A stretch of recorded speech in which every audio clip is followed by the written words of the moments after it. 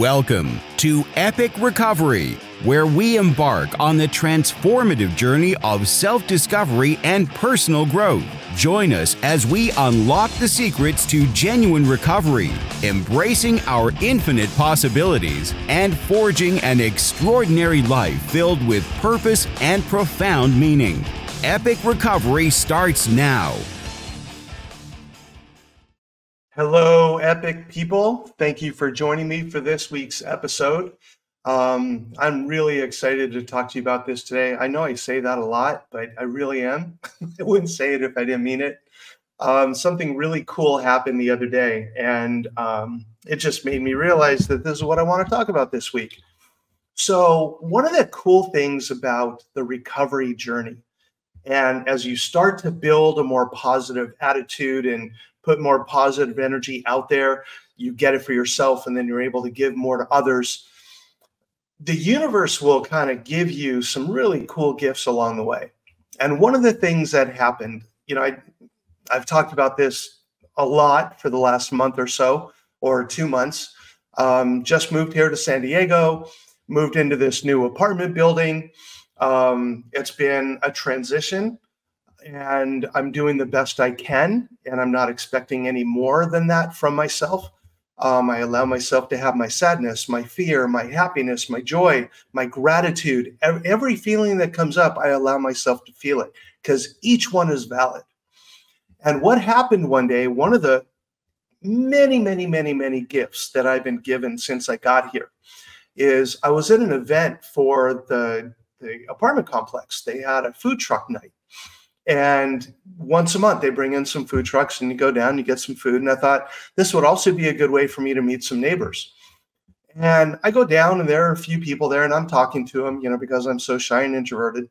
And I'm talking to them and there's this couple there and I started talking, how long have you been here? They said, we've been here for a couple months. Oh, I just moved here a couple weeks ago. Where'd you move from? Orlando. Where'd you move from? LA. And I start talking to them. And really cool couple. I said, I'd love to keep in touch. I brought some business cards and I said, here's my card. Let's get together, go over to and grab some dinner or lunch one day. And they said, great. And I went on with my evening. I get home and I got an email that said, when we got home, we checked out your website and didn't know that you're one of us. We're in recovery too. I was like, no way. The first people that I really meet and talk to in my building, there are over 500 people who live here, and I meet 2 people who are in recovery. Really? Yes, really. And that's how this thing works. It's like just amazing gifts, little or big, come your way. And the thing is, every time the little or the big happens, I get grateful. Thank you so much for this amazing gift. And the universe says, oh, you're very welcome. Do you want more? I'm like, yeah. So I keep getting more. And it's been amazing. I've been here a little over a month. I've already been invited to 2 book clubs and a movie club.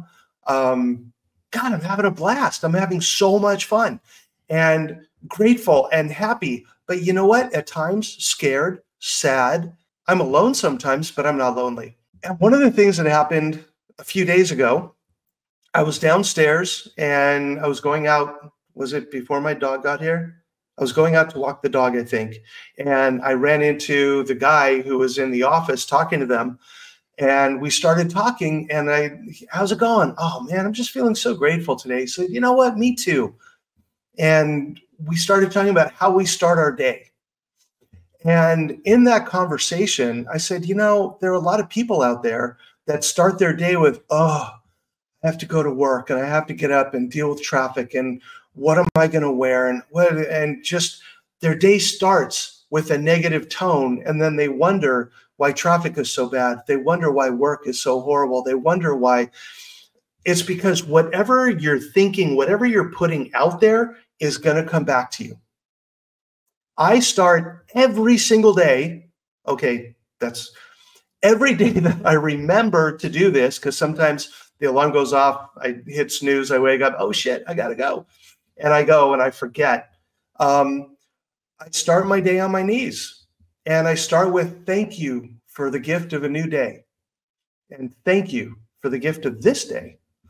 And I run over, and I'm so grateful that I get to today, that I get to do this, and I get to talk to an audience. And my hope when I do these is that there's one person who's watching or listening who says, wow, I really got something out of that. Maybe I can make something more of my life. That's what I'm here to do. Whether it happens or not, I don't know. I don't get a lot of feedback. I don't get emails yet or people commenting yet, but I'm hoping that I will. And you know what? Let me know if you're getting something out of this. If there was something I said that really triggered, wow, you know what? Maybe I can. Because I started my recovery journey. I was, my bottom was sitting in my bedroom with a knife in my hand, debating which wrist to slice open first because I was done. And I thought, well, maybe I'll just cut open my throat instead. And I looked up in the mirror to see where to start. And I made eye contact and went, what the fuck are you doing? Oh my God. And I thought, you don't want to die. You need help. You have a drug problem. And it was the first time it really occurred to me. And I reached out for help. Most difficult thing I've ever done in my life. I called a hotline. And I really believe the woman who answered the phone that night, she saved my life. Because she gave me that one thing that I needed, which was hope. And it was just a little seed, a mustard seed of hope. And I started going to meetings, and I went to get a therapist, and I did most of everything that he suggested, rigorous honesty. And I worked hard on my recovery, not just my sobriety. Because I think I've talked about this before. I remember even in the early stages, I'd go to meetings and I'd see these guys sitting in the corner with, 20, 30 years of sobriety under their belt. And they kind of spewed, they need to hear themselves talk every week, and they just say the same thing. Or they're still filled with anger and resentment, which is just fear turned sideways, and they don't know how to break out of it. And I thought, I don't want what they have. I want more than that. And I did the work, and I was cocky and fearful and egotistical. And it took me a long time to learn how to get out of that, but I did. And I learned the difference between cocky and confident. And I learned the difference between humility and humiliation. Humiliation is a tool of ego. Humility is a tool of self-esteem. And that humility is not a bad thing. Humiliation is when I say, oh, what are people going to think? Nah, you know what? It doesn't matter what other people think. It matters what you think. And start treating yourself like your own best friend rather than your own worst bully. And you make a mistake, it's like, hey, it's okay. Everyone makes a mistake. I know 5 people that did that just last week. It's all right. You'll come through this. But how you start your day is going to be how your day is going to continue. I challenge you. First thing, get on your knees, because getting on your knees brings a level of humility. And that's what recovery is all about. Humility. I am not a perfect human. I am imperfect. I make mistakes all the time. I do stuff all the time where I'm like, why did you just do that? I'm like, I don't know, I'd like to change that. And a lot of my patterns I do change. I also practice Ho'onoponopono every day. And I say, please relieve me of the patterns that get in my way. For those patterns that get in my way, I am sorry. Please forgive me. And I love you and I thank you. And that's what Ho'onoponopono is. Look it up. It's Ho'onopono. Yeah, Ho'onoponopono. Look it up. It's an old Hawaiian spiritual practice that helps you to let go of old patterns that no longer serve you in order to leave space for new patterns that will serve you. So I do that every morning, and then I pray for the people that I pray for their health, for their safety. I pray for my dog because I love my dog. And it's like, let's go have a day. And the cool thing is, my last name is Haveson. So, all right, Haveson, let's go have a day, Haveson. And off I go. And I start with a smile. And I get off of my knees and I go on with my day. And I started with a positive note. So tomorrow, when you wake up, Hit your knees, whatever your spiritual connection is, God, universe, source, ocean, whatever it is, tap into it. And you say, thank you, God, thank you, universe, for the gift of a new day. Help me to make the most of it.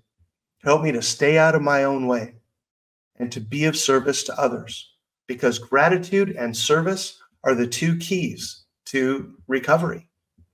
You know, when we're of service to others, man, it fills you up. You know, I remember when I started doing service work, you know, I didn't want to. My sponsor made me.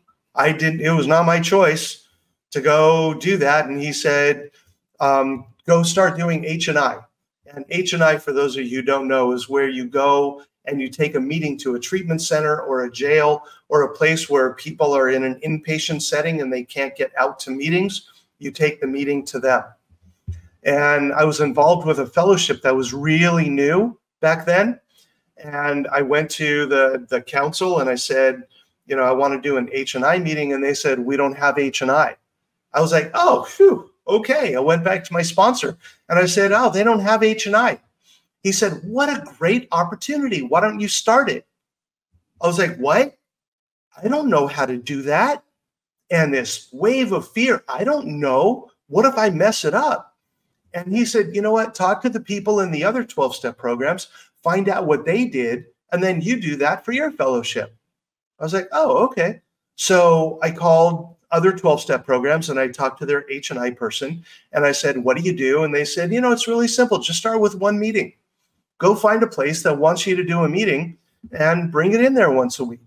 So I found an adolescent treatment center and I went and talked to them and I said, I want to bring an H&I meeting in. They're like, great. What day? I'm like, I don't care. They said, how about Monday at 7 o'clock? I'm like, great. Monday at 7 o'clock. Every Monday at 7 o'clock, I would go to that meeting and talk to those kids and let them share. And I would bring other people from the fellowship. I'd go to my meetings and say, hey, if anyone wants to go to this H&I meeting with me, come on, let's do it. And then we started another one. And then we started another one. And it was just so cool to be able to take that meeting in and meet some of these kids. And then they'd get out of the program. And then I'd see them in meetings. They're like, hey, Randy. I'm like, oh, my God, let's go to other meetings. And I take them to other meetings. And a lot of those kids, you know, they were sober for a while. And here's the gift. Oh, you know, just got this wave of gratitude just talking about this. I didn't want to do H&I. I was scared, but my sponsor said, go do it. And I did it. About 6 months into doing the H&I meeting at that first adolescent center, one of the counselors came to me and said, hey, Randy, you know, you work really well with these kids. They love you. We're hiring a program tech right now. Do you want to come work here? And I was like, what? Who, me? Dude, I got kicked out of college twice. I'm just getting back in now. Come and work for a treatment center? He's like, yeah, I'll tell them about you. Go apply, and I'll tell them that you're going to come in for an interview. I'm like, okay. And I talked to my therapist. I said, they want me to work there. And he laughed. He's like, well, of course. Oh, my God, I think you would be great there. And I asked my sponsor, and he said, I think you would be great there. So I applied. And in the application, they said, what's your past experience? And I put down, well, I delivered pizza and, well, I got fired. And let's see, I was a ticket scalper for a while. I was really good at that. I worked during the summer painting apartment buildings, like the railings and the walls. I didn't have a lot of experience, but I put it all down. And they said education. Well, I'm a 6th-year junior at San Diego State University. And I remember I gave them my resume and they called for an interview. Or no, they called me and said, yeah, let's do an interview. I handed her my resume and what I put on the application. And she's looking at it and she looks at me, looks at it and looks at me. She said, I'm sorry, you don't have any experience whatsoever. Why would we hire you to do this? I'm like, I don't know. But, you know, Mike told me to come in here and apply for the job. He goes, oh, are you Randy, the one who does the meeting on Monday? I said, yeah. Oh, my God, why didn't you tell me that? Of course we're going to hire you. I've been waiting for you to come in here. really? She looks at that piece of paper and she's like, why would we hire you? She hears who I am and how I was of service to their patients. She's like, of course we're going to hire you. And that began my first career as a counselor in treatment centers. And I went from that one to another one to another one. You know, there's a treatment center here in San Diego called Scripps McDonald Center. And it was like the king of the mountain back then. And the counselors all wore ties to work.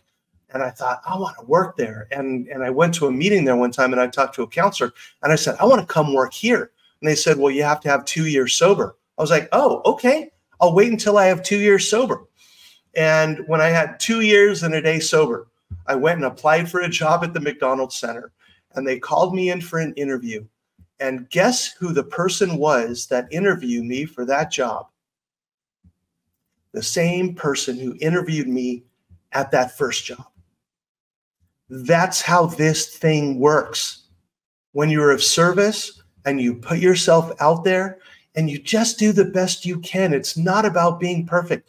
I was not perfect back then. I was cocky. I was filled with fear.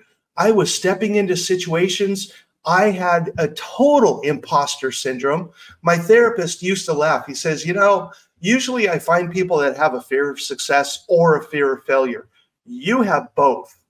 And I was like, yeah, I know, right? Lucky me. I was doing the best I could with the tools I had at the time. And one thing led to another, and there I was, wearing a tie at the Scripps McDonald Center. And it was one of the highlights of my life. And I thought, I want to do this forever. Until I spoke on a college campus. Someone from University of San Diego called my therapist and said, hey, do you know anyone who could come and speak during Alcohol Awareness Week? And my therapist said, yeah, I know a guy, and called me and said, hey, you want to go speak on this campus? I was like, yeah, that'll be fun. Speaking on a campus is kind of like speaking at a meeting. So I went and, you know, cocky, and I meet the woman who's going to introduce me, and I get up on stage, and there are 500 people out there. And I was scared to death. And I was like, I don't know what to say. And all of a sudden that cocky turned into total panic. And I was like, okay, God, whatever I'm supposed to do here, let me do it. And I got out there and just talked, kind of like what I do here. I don't plan what I'm going to say or how I'm going to say it. It's just stuff comes out of my mouth. I love doing this. And I talked for like 45 minutes. And I said, I hope you got something out of this and hope to see you around. And I got a standing ovation at a college talking about alcohol and drugs. Who does that?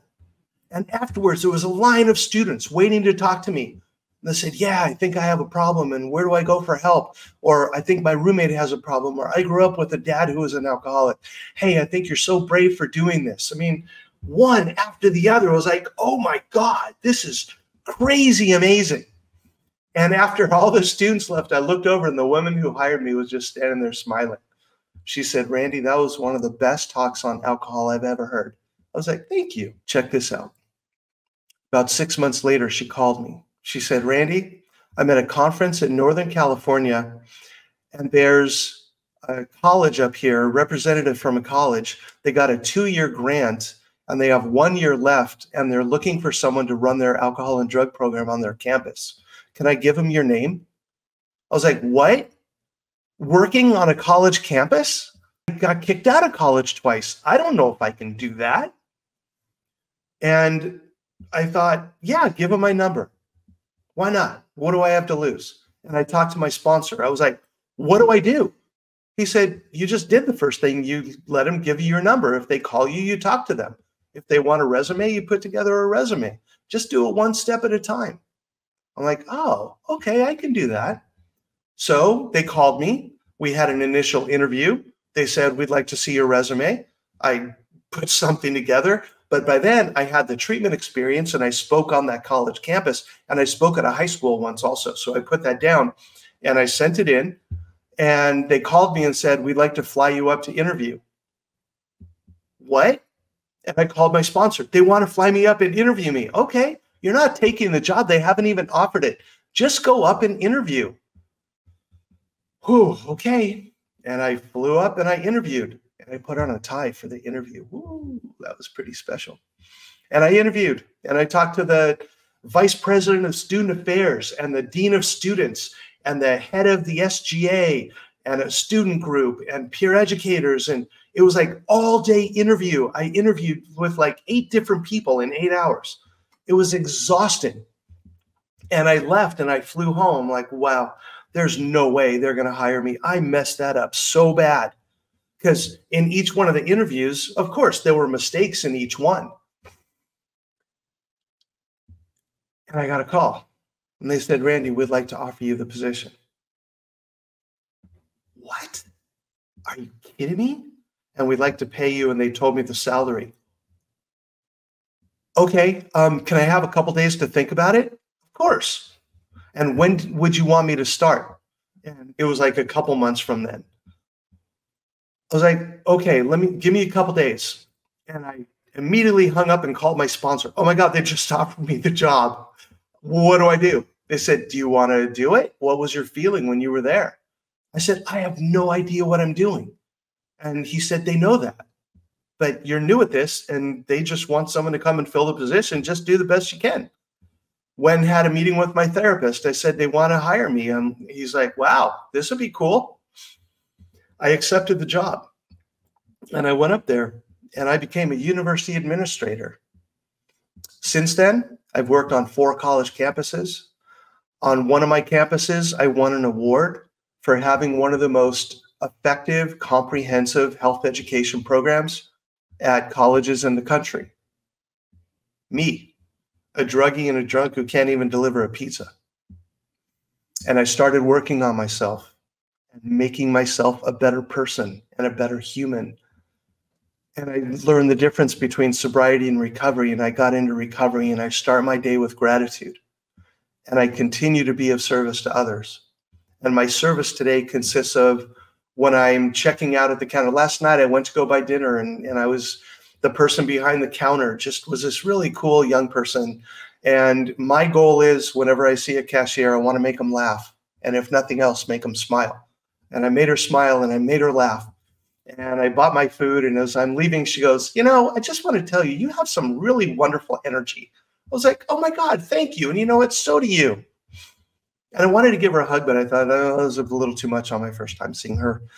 But just that energy was so cool. And she saw that in me. And I want people to see that in you. I want you to get to the point where your life is filled with gratitude. And yes, there's shit that's going to happen, but that the good stuff outweighs the bad. That you walk through your fears, you walk through your sadness, your shame, your pain, the things that brought on your addiction. You are a friggin' survivor. And if you survived that stuff while you were living through it, you can survive dealing with it now. Yeah, the feelings are going to hurt. They do. I know that. But they get better. You know, it's kind of like when you get a cut on your finger. It hurts when it first happens, but as it heals, it gets better. And you do what needs to happen. You put the Neosporin on, you put the Band-Aid on so it doesn't keep getting infected. And then it starts to heal. And that's the whole purpose of this, for you to begin your healing or continue your healing. You know, for some of you, I hope this is an affirmation that you're already living this way. But as I'm talking about these things, you're like, yeah, it really works. Yeah, this thing works. Yeah, starting with gratitude really works. It does. So yeah, comment, subscribe, do what you can do, because if you're doing this and it's working for you, share that with others. You know, let's start a community of people who are doing this. Let's start an epic recovery community. How much fun would that be? And maybe we could do like meetings online and we could do things where we talk to each other and support each other. I would love to be of service and get that going. So if you want to do that, put in a comment, shoot me an email, randy@randyhaveson.com. You know, let me know what I can do. Because, you know, right now I'm thinking, am I just kind of talking to air right now, or are people actually watching and listening to this? I have no idea. So I would love to hear your feedback and your comments. I would love to hear what I can do to support you in your recovery. to not just be sober, to go that extra step. It is so worthwhile. I say this pretty much every meeting I go to, especially when there are a lot of newcomers. I say, if you can see from behind my eyes for just 30 seconds, you would never use again. And, yes, I do it one day at a time. Today, there is no way I'm going to pick up and do anything today. My life is too good. And I say this sometimes too, there's no situation that life can throw at me that drinking and using wouldn't make worse. It's no longer a solution for me. It's just a problem. And today I don't want to dwell on the problem. I want to live in solution. So thank you for being here today. Let me know what I can do to continue to support you. I really hope you got something out of this. Man, I felt like I was on fire today. So thank you for being here. Thank you for allowing me to be of service, and I hope to hear from you. Have an awesome week. See you next week. Take care. Bye. Thank you for joining us on Epic Recovery. Remember, every obstacle you overcome is a testament to your heroic spirit. Conquer your fears, unlock your potential, and write the epic tale of your life's journey.